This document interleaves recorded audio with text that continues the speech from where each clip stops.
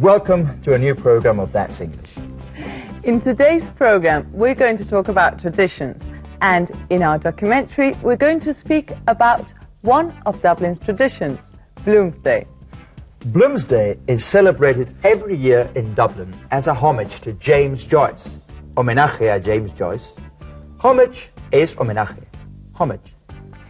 And people wear period costumes, trajes de época. They dress in period costumes to represent different characters from Ulysses, James Joyce's novel. Llevan trajes de la época en que transcurre la novela de James Joyce, Ulises. Character es, como recordaréis, personaje. Character. Y vestidos de esta forma, se reúnen en... Gary, please don't give any more details. We have to watch the documentary. Well, that's true. Pero quiero advertiros que no os preocupéis si os despista un poco el comienzo de este documental. Don't worry if you can't understand everything.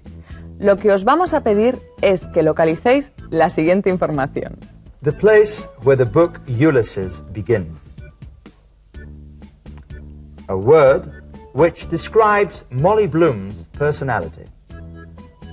And finally, the date when Bloomsday is celebrated. Ready? Then let's watch our documentary.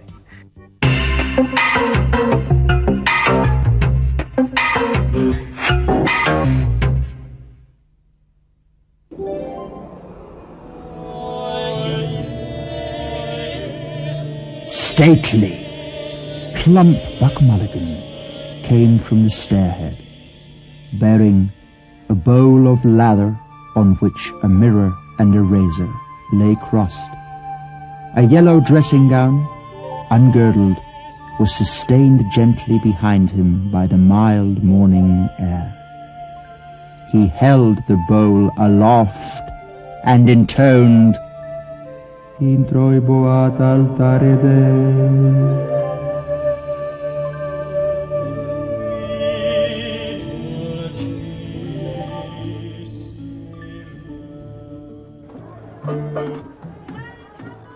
With these words, at the Martello Tower, James Joyce's Ulysses begins.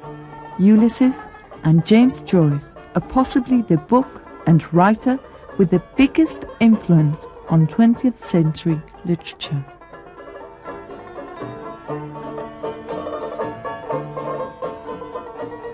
And as a homage to Joyce, people celebrate Bloomsday, a one-day celebration named after Leopold Bloom, the modern protagonist of Ulysses.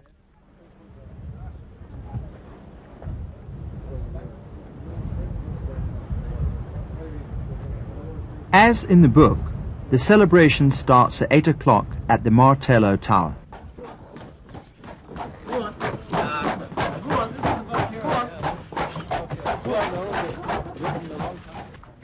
Actors, actresses and Joyce admirers dressed in period costumes meet to recite, read or comment on passages from Ulysses. A diaphane. If you can put your 5 fingers through it, it is a gate. If not, a door. Shut your eyes and see. Stephen closed his eyes to hear his boots crush crackling wrack and shells. You are walking through it howsomever.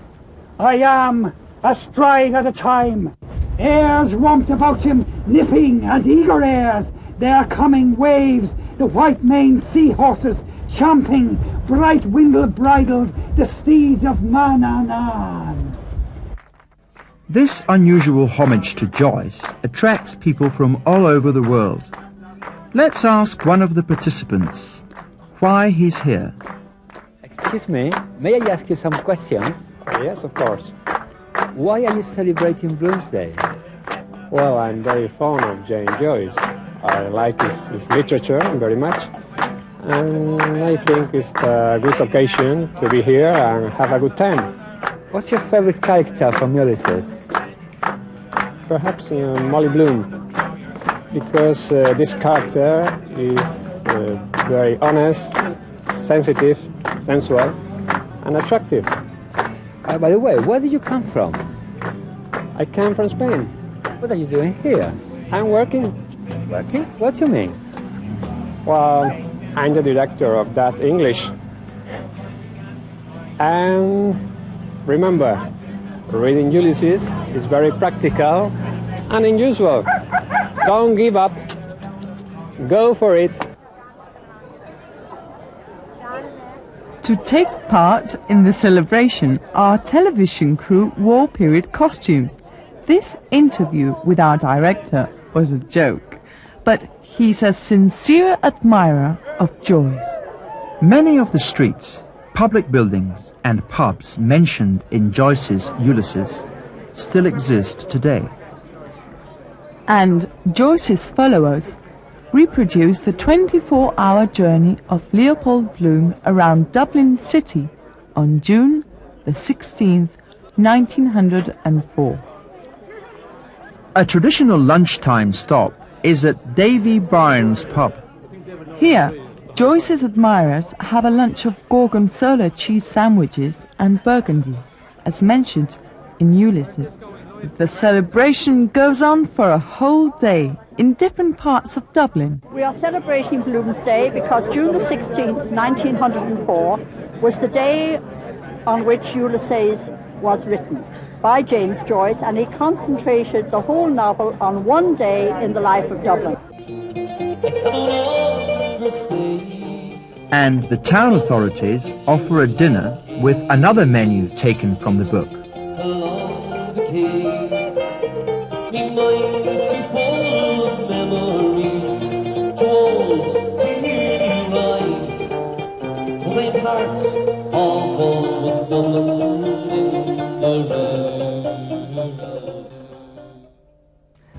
What a nice homage, isn't it? Do you remember the first thing we wanted you to find out? It was the place where the book Ulysses begins. As in the book, the celebration starts at 8 o'clock at the Martello Tower. So, as you've just heard, Ulysses begins at the Martello Tower. Then we asked you to find a word which describes Molly Bloom's personality. Because this character is very honest, sensitive, sensual, and attractive. We asked you to find one, when in fact Fernando, our director, mentions 4. So the answer could be honest, sensitive, sensual, or attractive. Then finally, the date when Bloomsday is celebrated. We are celebrating Bloomsday because June the 16th, 1904 was the day on which Ulysses was written. Did you hear that? June the 16th. Now let's go on to our play again, pero antes vamos a dar el significado de algunas palabras nuevas. Armor, armadura, y blacksmith, herrero. Let's watch it.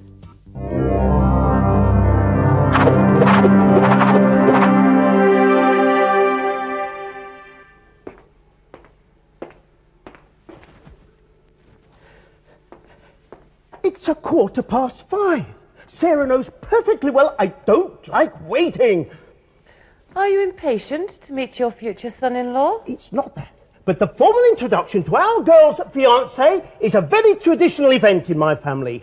You know our motto? It's tradition above all. Oh. Hello, everybody. Sorry we're late. It's about time, too. Where's this friend you've invited? Here. He's the man I love. Oh, right. Oh, good afternoon. You must be Sarah's mother, right? Nice to meet you, ma'am. Oh, and you must be the man who doesn't let Sarah come home late, right? Yes, that's me. Oh, beautiful paintings you got here. Gary's an artist, like his father and his grandfather. Yeah, it's a tradition in my family. Oh, who's that man in that picture? That's my great-grandfather. He's the man that built this house. And this is a house where my family have lived for 100 years. Oh, and who's that in that picture? That is Sir Albert of Sussex. Oh. He's the man who founded our dynasty. Ah, and that's the armour which he wore to the Battle of Bosworth. Oh, funny. Same as my ancestors. Really? Were they soldiers too? No. Soldiers. No. Blacksmiths. Blacksmiths, you know. The people who make armour. That's the reason why Gary's a sculptor. It's a tradition in his family. Yeah, but nowadays, not many people wear armours, do they? That's a good one. Let's talk about the future. When are you going to hold your engagement party? There will be no engagement party. But it's a tradition in our family which we've followed for years. Well, there isn't such a tradition in my family. Well, what about the wedding? What sort of a ceremony are you going to have? There will be no wedding.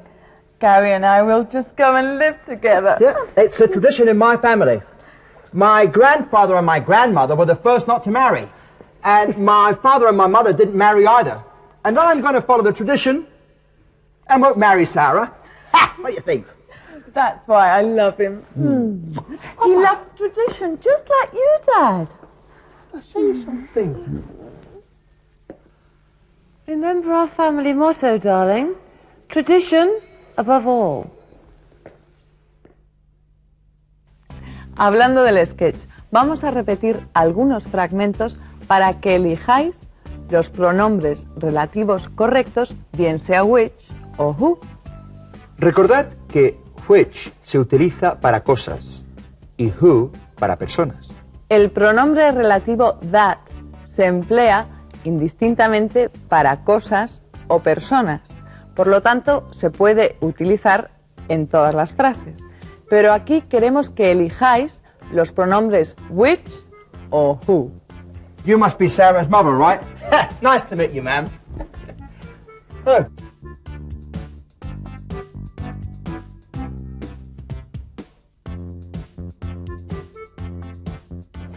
And you must be the man who doesn't let Sarah come home late?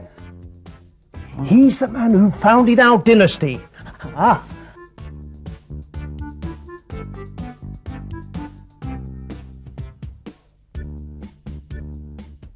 And that's the armour which he wore to the Battle of Bosworth. There will be no engagement party.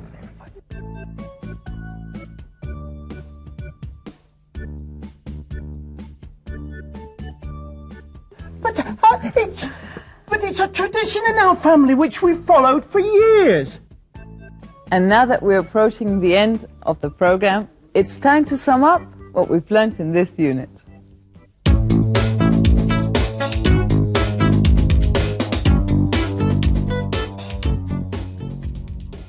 We've talked about traditions.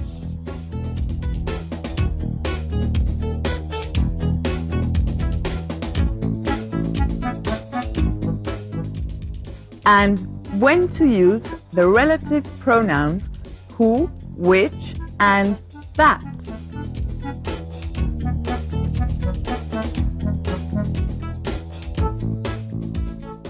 Y algunas palabras que sirven de nexo entre dos frases.